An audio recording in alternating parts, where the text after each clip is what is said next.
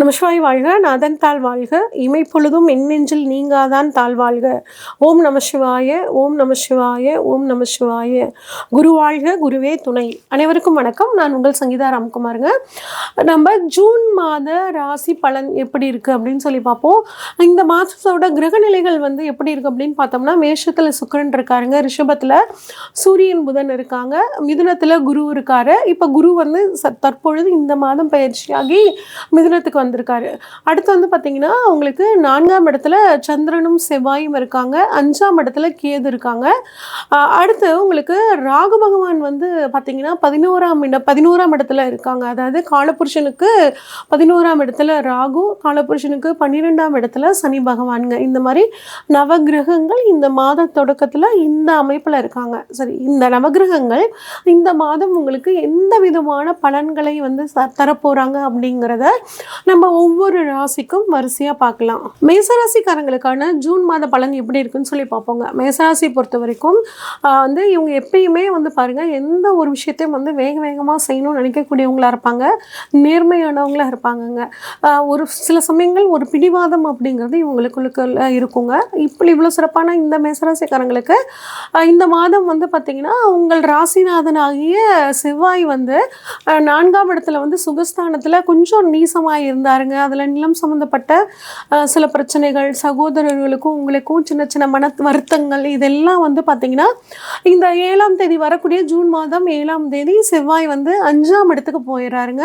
அதுவும் செவ்வாய் பகவானுக்கு உங்கள் ராசிநாதனுக்கு சூப்பரான இடம் அப்படிங்கிறது பார்த்திங்கன்னா சிம்ம விடுங்க. அதுவும் உங்களுக்கு 5ஆம் இடம் அதிர்ஷ்டத்தை சொல்லக்கூடிய இடத்துக்கு, குழந்தை பாக்கியத்தை சொல்லக்கூடிய இடத்துக்கு வர்றனால நல்ல அதிர்ஷ்ட வாய்ப்புகள் இந்த மாதம் உங்களுக்கு வருங்க. அது மட்டும் இல்லாமல் குழந்தை பாக்கியம் இல்லாதவர்களுக்கு குழந்தை பாக்கியம் கிடைக்கிறதுக்கான வாய்ப்புகளும் பார்த்திங்கன்னா ரொம்பவே சூப்பராக இருக்குங்க.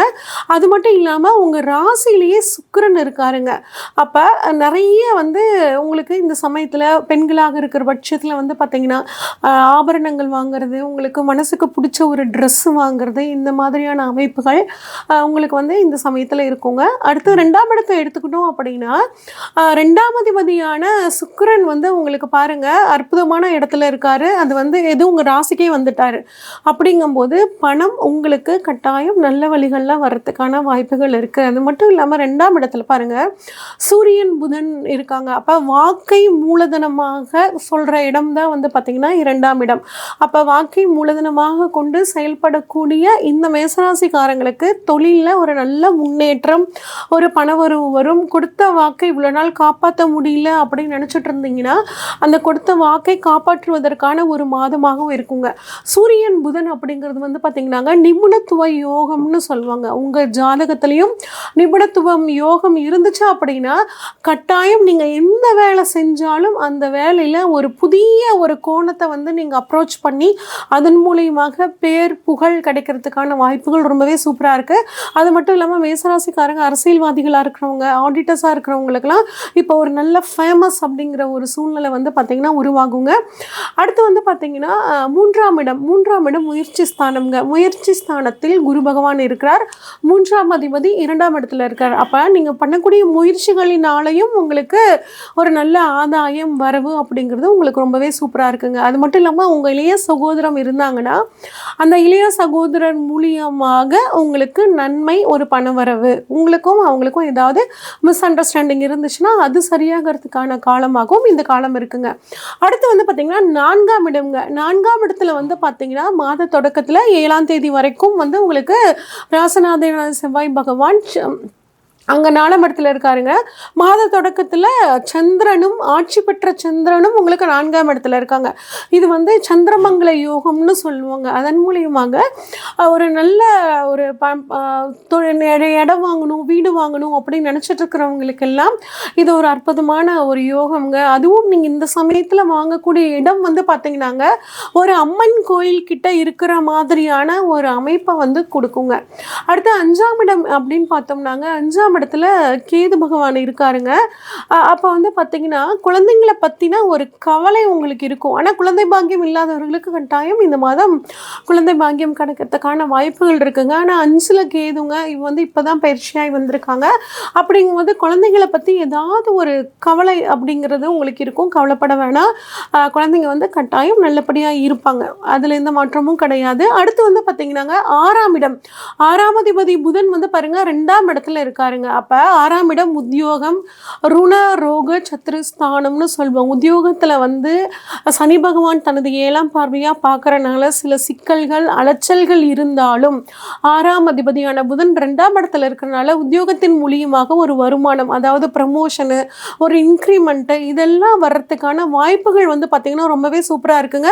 குறிப்பாக ஐடி ஃபீல்டில் இருக்கிறவங்க, மீடியாவில் இருக்கிறவங்களுக்கு எல்லாம் ஒரு நல்ல ஒரு இன்க்ரிமெண்ட் கிடைக்கிறதுக்கான வாய்ப்புகள் சூப்பராக இருக்குங்க. அது மட்டும் சூப்பராக இருக்குது. அது மட்டும் இல்லாமல் வந்து பாருங்கள், பண ரீதியாக ஃபினான்ஷியலாக ஒரு கேஸ்க்கு போயிருந்தீங்க அப்படின்னா அதுவும் இந்த சமயத்தில் உங்களுக்கு சாதகமாக முடிஞ்சு அதன் மூலியமாக பணம் வர்றதுக்கான வாய்ப்புகள் ரொம்பவே நல்லா இருக்குங்க. அதே மாதிரி மெடிக்கல் இன்சூரன்ஸ் கிளைம் பண்ணியிருக்கீங்க, அது வரத்துக்கு டிலே ஆகுது அப்படின்னு நீங்கள் நினச்சாலும் அதுவும் இந்த மாதம் உங்களுக்கு வந்து சூப்பராக வந்துடுங்க. அடுத்து 7ஆம் இடத்தை பொறுத்த வரைக்கும் வாழ்க்கை துணைக்கான ஸ்தானம் அப்படின்னு சொல்லுவோம். இங்கே வந்து பார்த்திங்கன்னா எந்த கிரகமும் இல்லைனாலும் குரு தனது 5ஆம் பார்வையாக பார்க்குறாரு, செவ்வாய் 4ஆம் பார்வையாக பார்க்குறாரு, சுக்கிரன் 7ஆம் பார்வையாக பார்க்குறாருங்க. இப்போ செவ்வாய் ராசிநாதனாகிய செவ்வாய் வந்து மாதத்தோட தொடக்கத்தில் 4ஆம் பார்வையாக வந்து பார்க்குறது ரொம்பவே சிறப்புங்க. சுக்கிரன் வந்து 7ஆம் பார்வையாக பார்க்குறாரு. அப்படிங்கும்போது கணவன் மனைவிக்குள்ள என்ன ஒரு மிஸ் அண்டர்ஸ்டாண்டிங் வந்தாலும் குருவோட பார்வை வந்து பார்த்திங்கன்னா கட்டாயம் உங்களை மறுபடியும் அந்யோன்யமாக மாற்றி கொடுக்கக்கூடிய ஒரு அமைப்பில் சூப்பராக இருக்குங்க. அதே மாதிரி பிஸ்னஸ் பார்ட்னர்ஸ் யாராவது இருந்து அவங்களுக்கும் உங்களுக்கும் சிக்கல்கள் இருந்தாலும் இந்த சமயத்தில் வந்து பார்த்திங்கன்னா அது சரியாகக்கூடிய அமைப்பில் இருக்குங்க. அடுத்து 8ஆம் இடத்தை வந்து பொறுத்த வரைக்குங்க நம்மளோட நீண்ட நாள் வியாதிகளை குறிக்கக்கூடிய இடம், ஒரு மறைப்பொருள் இடம் அப்படின்னு சொல்லுவோம். இங்கே வந்து சூரியனோட பார்வையும் புதனோட பார்வையும் இருக்குங்க. அப்போ இன்சூரன்ஸ் நீண்ட நாளாக யாருக்காவது வராமல் இருந்துச்சுன்னா அந்த பணம் இப்போ வர்றதுக்கும், நாங்கள் நிறைய வந்து இது ஜோதிடம் படிக்கலாம்னு யோசிச்சுட்டு இருக்கோங்க நினச்சிட்டு இருக்க அந்த மேசராசிக்காரங்களுக்கு புதன் வந்து 7ஆம் இடத்துல வந்து பார்க்குறனால, 8ஆம் இடத்தை பார்க்குறனால மறைப்பொருள் ஞானம் பற்றிய அறிவு உங்களுக்கு புலப்படும். நிறைய புதிய புதிய விஷயங்களை ஆழ்ந்து ஆலோசித்து நீங்கள் தெரிஞ்சுக்குவீங்க. அடுத்து 9ஆம் இடத்தை பொறுத்த வரைக்குங்க குரு வந்து தனது 7ஆம் பார்வையாக பார்க்குறாரு, சனி 10ஆம் பார்வையாக பார்க்குறாரு.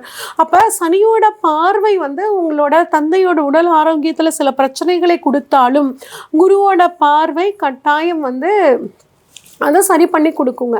அடுத்து 11ஆம் இடத்து அதே மாதிரி நிறைய வெளிப்பயணங்கள், வெளிநாடு பயணங்கள், வெளியூர் பயணங்கள், நிறைய பயணங்கள் போகக்கூடிய அமைப்பு. குறிப்பாக குரு பார்வை 9ஆம் இடத்துல படுறதுனால நிறைய ஆன்மீக பயணங்கள் நீங்கள் போகிறதுக்கான வாய்ப்புகள் சூப்பராக இருக்குங்க. அடுத்து 10ஆம் இடம் தொழில் ஸ்தானத்தை பொறுத்த வரைக்கும் செவ்வாய் தனது 7ஆம் பார்வையாக பார்க்குறாருங்க. 10ஆம் அதிபதியான சனி பகவான் உங்களுக்கு 12ஆம் இடத்துல இருக்குது. அப்போ ஒரு சிலர் தொழிலை பற்றி மாற்றலாமான்னு யோசிப்பீங்க. அது மட்டும் இல்லாமல் தொழிலுக்காக கடன் வாங்கலாமா அப்படிங்கிற மாதிரியான சிந்தனை உங்களுக்கு வந்து பார்த்திங்கன்னா இந்த சமயத்தில் மேலோங்குங்க. ரியல் எஸ்டேட் பண்ணுறவங்க, நிலம் சம்மந்தப்பட்ட தொழில், பில்டிங் கான்ட்ராக்ட் பண்ணுறவங்களுக்கெல்லாம் இந்த மாதம் வந்து சூப்பராக இருக்குங்க. அடுத்து 11ஆம் இடத்துல வந்து பார்த்திங்கன்னா ராகு இருக்காருங்க. அது இப்போ தான் பயிற்சியாகி வந்திருக்காரு. லாபஸ்தானத்தில் ராகு பகவான் இருப்பது ரொம்ப ஒரு சிறப்பான விஷயங்க. கூடவே குருவோட பார்வையும் இந்த வருடம் முழுக்க வந்து பார்த்திங்கன்னா உங்களுக்கு 9ஆம் பார்வையாக உங்கள் லாபஸ்தானத்தை பார்க்குறாருங்க. அதே மாதிரி ஒரு 7 நாள் வந்து செவ்வாய் பகவானும் 8ஆம் இடத்தை பார்க்குறாரு. அப்படிங்கும்போது உங்களுக்கு திடீர் அதிர்ஷ்ட வாய்ப்புகள்லாம் வரும். நிறைய வராத பணம் இந்த சமயம் வரத்துக்கான வாய்ப்புகள் இருக்குது. வரக்கூடிய அதிர்ஷ்ட வாய்ப்புகளை வந்து பயன்படுத்திக்கோங்க, மிஸ் பண்ணிடாதீங்க. ஏன்னா 5ஆம் இடம் அதிர்ஷ்ட ஸ்தானத்தில் கேது இருந்து கொஞ்சம் நீங்கள் அதை வர அதிர்ஷ்ட வாய்ப்புகள் வர்றதை அதை தடங்கல் பண்ணுவார், நீங்கள் யூஸ் பண்ண விடாமல் தடுப்பார். அதனால் வர்ற அதிர்ஷ்ட வாய்ப்புகளை கட்டாயம் நீங்கள் பயன்படுத்திக்கிறது நல்லதுங்க. அடுத்து சனி பகவானை பொறுத்த வரைக்கும் உங்களுக்கு 12ஆம் இடத்துல அயன சைன போகஸ்தானத்தில் இருக்காருங்க. இங்கே வந்து பார்த்திங்கன்னா விரய சனியாக இருக்கார். விரயம் அப்படிங்கிறது கட்டாயம் உங்களுக்கு வந்து தான் தீருங்க. ஆனால் பண வரவு உங்களுக்கு வந்து அந்தளவுக்கு ஈக்குவலாக வரும். முடிஞ்ச வரைக்கும் வந்து பார்த்திங்கன்னா சுப செலவுகளாக மாற்றிக்கிறதுக்கு பாருங்கள். வீடு கட்டுறது இந்த மாதிரியான அமைப்புகள் வசதி இருக்கிறவங்க அதுக்கு தகுந்த மாதிரி நீங்கள் பண்ணிக்கிறது சிறப்புங்க.